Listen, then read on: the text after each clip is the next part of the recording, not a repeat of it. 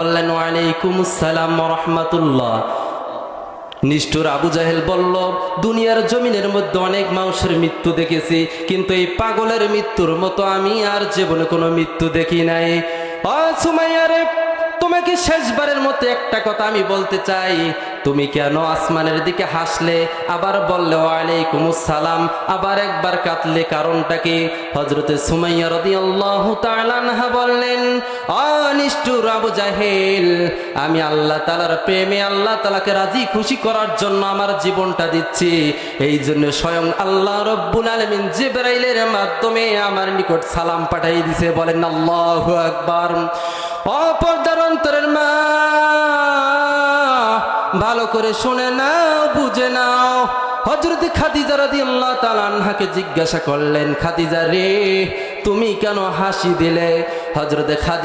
হযরতে সুমাইয়া রাদিয়াল্লাহু তাআলা আনহা বললেন, নিষ্ঠুর আবু জাহেল, আমার জীবনটাকে যে আমি বিতাড়িত করলাম, উৎসর্গিত করলাম, শহীদ হয়ে গেলাম, আমার আল্লাহ রব্বুল আলামিন খুশি হয়ে আল্লাহ রব্বুল আলামিন জান্নাতুল ফিরদাউস আমার জন্য উপহার স্বরূপ পাঠিয়ে দিয়েছে। বলেন আল্লাহু আকবার।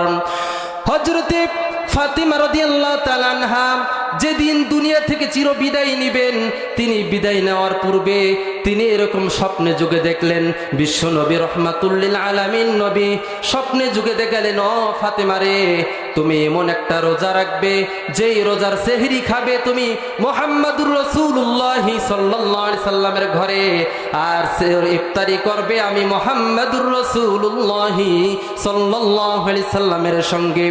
হযরতে খাদিজা রাদিয়াল্লাহু তাআলা আনহা, হযরতে ফাতিমা রাদিয়াল্লাহু তাআলা আনহা ফজরের নামাজের পরে তিনি চোখের পানি ছিঁড়ে ছিঁড়ে ডুকরি ডুকরি কান্না শুরু করলেন।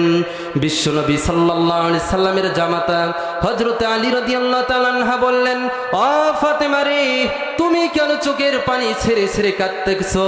হযরতে ফাতিমা রাদিয়াল্লাহু তাআলা আনহা বললেন, ও প্রাণের স্বামী গো, আমি আমার আব্বাজানকে স্বপ্নে যুগে আমি দেখেছিলাম, আমার আব্বাজান বলেছিল, ও ফাতিমা, তুমি এমন একটা রোজা রাখবে, যে রোজার সেহরি খাবে। নারে তাকবীর। প্রধান মুফাসসির আগমন। গয়া বাড়ির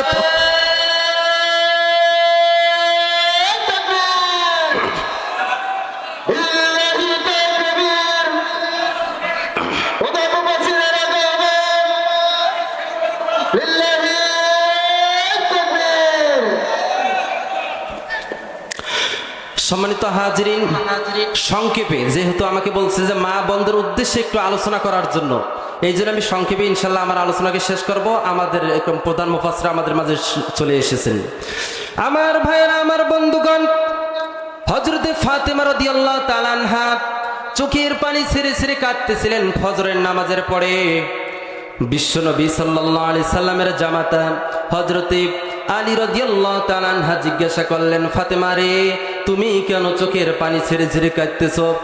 হযরতে ফাতিমা রাদিয়াল্লাহু তাআলা আনহা বললেন, ও প্রাণের স্বামী, আমি স্বপ্নে যুগে দেখেছিলাম, আমার বাবা আমাকে বলেছিল, ও ফাতিমা, তুমি এমন একটা রোজা রাখতে চলেছো, যেই রোজার সেহরির খাবার খাবে তুমি আলীর ঘরে, আর ইফতারি করবে আমার মুহাম্মদ রাসূলুল্লাহ সাল্লাল্লাহু আলাইহি সাল্লামের সঙ্গে। তারা তো কোনো সাধারণ মানুষ ছিলেন না, এই স্বপ্নের ব্যাখ্যা করেছিলেন।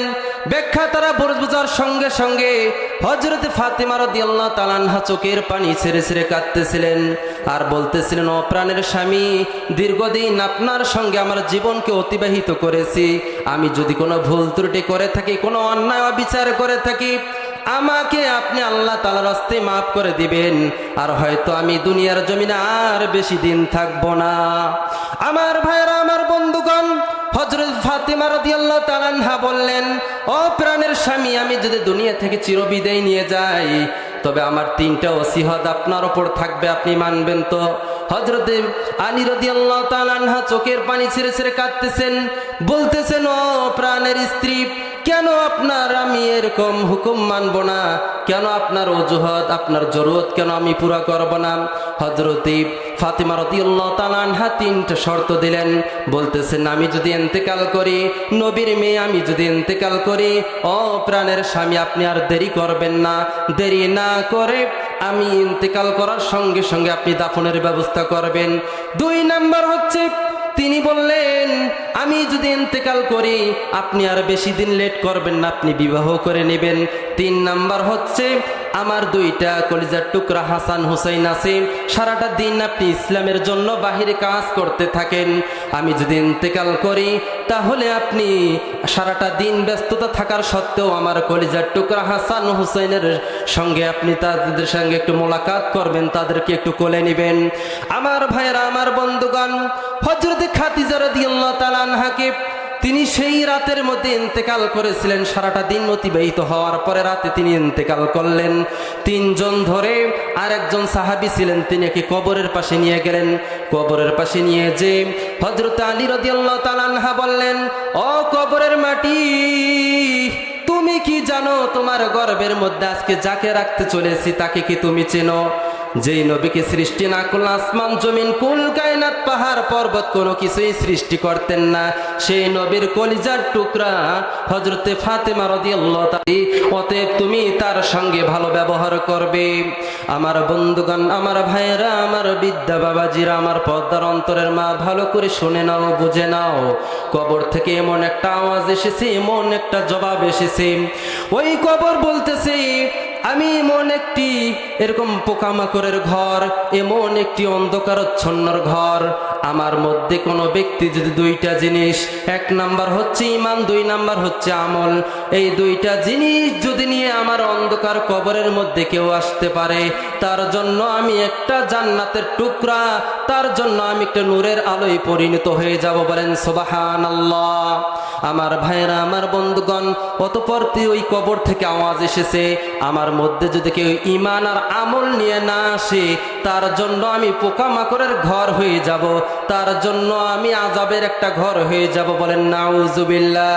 ও পর্দার অন্তরের মা, ভালো করে শুনে নাও, বুঝে নাও। যেই নবীকে সৃষ্টি না করলে আসমান জমিন কুল কায়নাত পাহাড় পর্বত কোনো কিছুই সৃষ্টি হতো না, সেই নবীর সম্মানিত, সেই নবীর কলিজার টুকরা এরকম মেয়ে, তার ক্ষেত্রে যদি এই রকম প্রশ্নের জবাব আসে, তাহলে আমাদের জন্য কি অবস্থা হবে? এই জন্য পর্দার অন্তরের মাদেরকে ভালো করে আমি জানিয়ে দিতে চাই, যারা আছেন তারা আজকে এই মাইকের আওয়াজ যেখানে যাচ্ছে, অবশ্যই আপনারা খাস পর্দা করবেন, আল্লাহ তাআলার বিধিবিধান মানবেন, বেশি বেশি দান সদকা করবেন। আল্লাহ রাব্বুল আলামিনের নবী, রহমাতুল লিল আলামিন নবী, জান্নাত জাহান্নাম যখন ভ্রমণ করেছিলেন, তিনি জাহান্নামের মধ্যে দেখেছিলেন পুরুষদের চেয়ে বেশি সংখ্যক জাহান্নামের মধ্যে নারীরা ছিল। আমার ভাইরা, আমার বন্ধুগণ, এই জন্য রহমাতুল লিল আলামিনের মেয়ের ক্ষেত্রে যদি এরকম জবাব আসে, তাহলে আপনি আমি কি? আল্লাহ রাব্বুল আলামিন আমাদের সকলকে বেশি বেশি দান সদকা করে, আল্লাহ তাআলার বিধিবিধান মানে, নবী সুন্নাতকে আঁকড়ে ধরে আল্লাহ রাব্বুল আলামিনকে রাজি খুশি করে এই দুনিয়াকে আমাদেরকে নিঃশ্বাসটা, শেষ নিঃশ্বাসটা পরিত্যাগ করার তৌফিক দান করুন। সকলে পড়ি আল্লাহুম্মা আমিন। সম্মানিত হাজিরিন, আমাদের প্রধান মুফাসসির আমাদের সামনে উপস্থিত আছেন। আপনারা কেউ ওটাউটি করবেন না, কেউ ডানে বামে এরকম দাঁড়িয়ে থাকবেন না। ইনশাআল্লাহ কঠিনতম কঠিন সুররিত কণ্ঠ দ্বারা আপনাদেরকে আলোচনা শুনাইবে। আল্লাহ সুবহানাহু ওয়া তাআলা এই কথাগুলোর ওপর আমল করা এবং শেষ পর্যন্ত আমাদেরকে থাকার তৌফিক দান করুন। সকলে পড়ে আল্লাহুম্মা আমিন। সকলে আমার জন্য দোয়া করবেন। সকলে আমাকে তো চেনেন, কম বেশি সকলে চেনেন না? সকলে আমার জন্য দোয়া করবেন, আল্লাহ সুবহানাহু ওয়া তাআলা পরিপূর্ণভাবে যেন এই তাফসীরকে শিখে বুঝে নিজেও আমল করতে